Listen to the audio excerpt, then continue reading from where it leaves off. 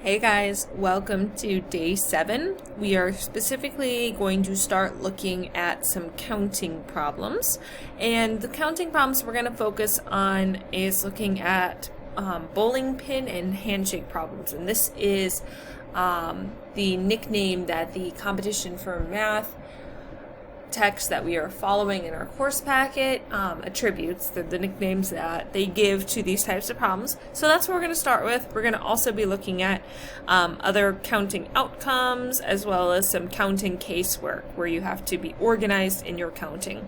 So today is really focusing on counting, and we're going to look at some specific types of counting problems with number patterns here. So the first one we're going to focus on is bowling pin problems. 10 bowling pins are set up in a standard bowling lane. If a fifth row is added, how many total pins will there be? So you can see that there's 1, 2, 3, 4. Your next row will be 5 pins. And your total number of pins would just be adding 1 plus 2 plus 3 plus 4 plus 5, which I've already done over here. So there are a total of 15 pins. And then they ask us to think bigger picture. What if there were 100 rows of pins? And to try and figure out the total pins in that case. So what we want to do is we want to think about, can we find a general rule or a pattern in order to help us solve this? So let's think through. Here is our data organized in a table. So rows 1, 2, 3, 4, 5, and so on. And then on the bottom I have total pins listed. And the one thing I want to think about is we have a sequence of numbers. 1, 2, 3, 4, 5, 6. This is the pins in the individual rows. And we are looking for a way to write the equation for the total pins, which would represent a series as we're adding. What kind of a sequence are we dealing with? Do we have a formula that we could use to find out the answer?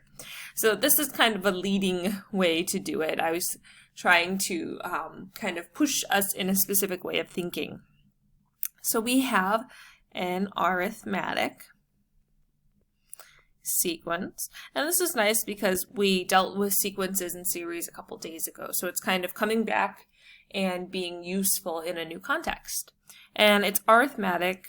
Our term number is equal to first term plus n minus 1 times common difference, and our common difference each time is just 1.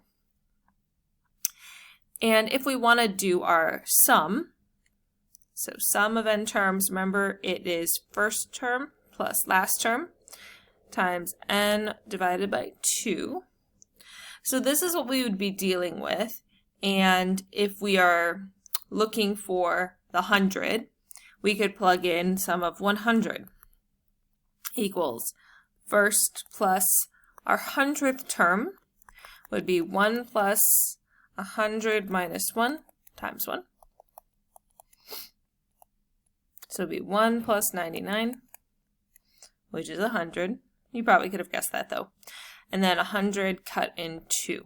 So it's 101 times 50. And this might be ringing a bell if you think back to what we did when we were first learning about sequences and series. This is 5050. This is the same thing as the sum of the first 100 terms, which is kind of funny.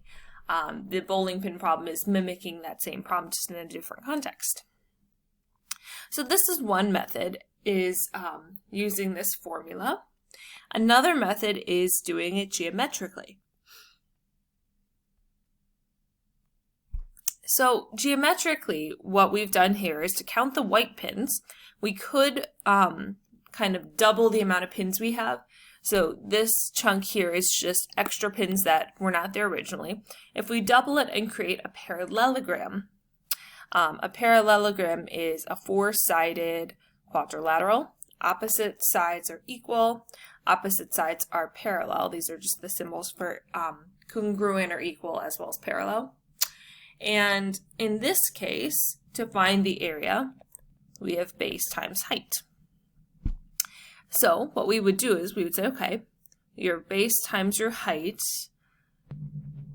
in this case, our base is 4, and our height would be 5. And this is kind of a little bit hard to see, but if you think about it as 4 times 5, it's 1, 2, 3, 4, 5 rows of 4 is another way you could see it. It's just not, perfectly drawn. So the question is, I could say, okay, it's 4 times 5, which is 20, but divided by 2, which is 10. And I could say that, but I want to figure out a general formula in terms of n. Like for any number of rows, here's how many pins I have. Now, this one specifically had 1, 2, 3, 4 rows. And this number was exactly how many rows I had, so we could call that our n. This number was how many rows, but adding 1 to it. So I could say that the general formula is that I would take number of rows times number of rows plus 1, all divided by 2. And if I wanted to find 100 rows specifically, I would do 100 times 101, cut in half, which should be 50-50 as we saw previously. For 1,000, it would be 1,000 times 1,001 divided by 2, which is 500,500.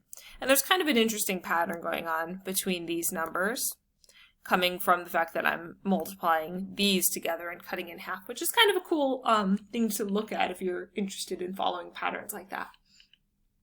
Now, why does our formula look different from the first one? And the first one, I've got them written out here, was that I took the arithmetic sum, compared to this one is our bowling pin problem. So here's the trick for reconciling the differences. Now, notice that A1 is representing our first term. And that is the same thing as up here is a 1. And AN is representing the last term, which, according to this, is the same thing as n. And the only reason why these are written differently is the bottom one is just arithmetic notation for sequences and series. The top one is just saying I'm adding 1 through n. Okay, so I'm putting in the n here. If I substitute those values into my bottom formula, if I said, okay, well, A1 is the same thing as 1, and A sub n is the same thing as an n. Okay. Oh, I'm not sure. I'm looking at the formula. This should just be A sub n. Not sure why there is a 2 there. Sorry about that typo. I will try and remember to fix it for the final version. But just in case I missed that, please just know that that was just a random typo. So if I substitute in the 1 plus n times n over 2, then comparing it to the top one, we're almost there. If I was to multiply my fractions, I've got 1 plus n over 1 times n over 2. So you can think about this n as being distributed if you want.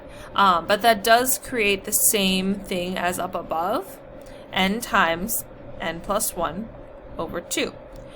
So you can write it like this. You can distribute the n if you want to. Either way really works. But they are representing the exact same concept and the same formula, just written in slightly different terms, which is kind of an interesting comparison to take. So this is the formula that we are going to be using for our bowling pins. And this is generally the more popular one compared to the arithmetic formula, but you can use either one, whichever one you guys prefer. We are now going to move on to handshake problems. So we're going to move to page 89 in our course packet. Handshake problems. So let's say 12 strangers go bowling.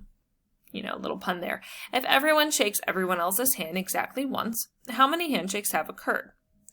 Most people's initial reactions is that each person shakes 11 other people's hands. So I would do 12 people times 11 handshakes, which is 132.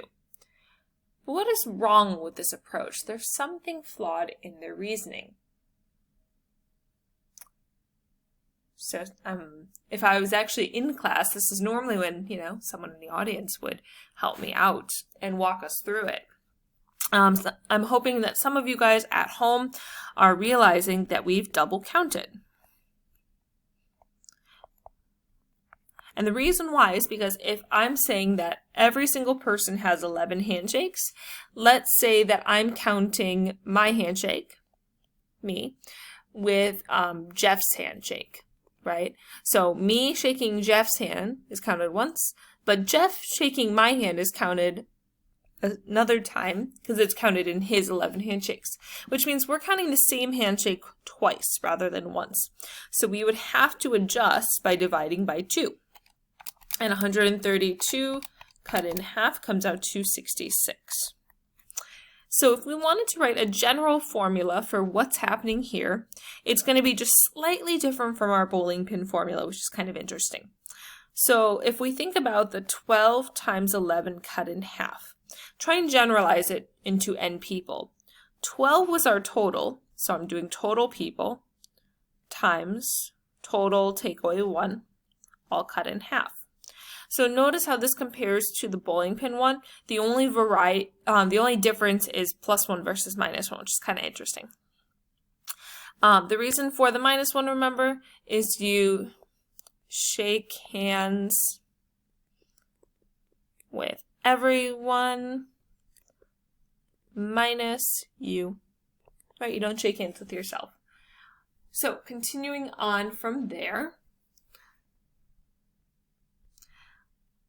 the next page is consisting of practice problems to apply these formulas.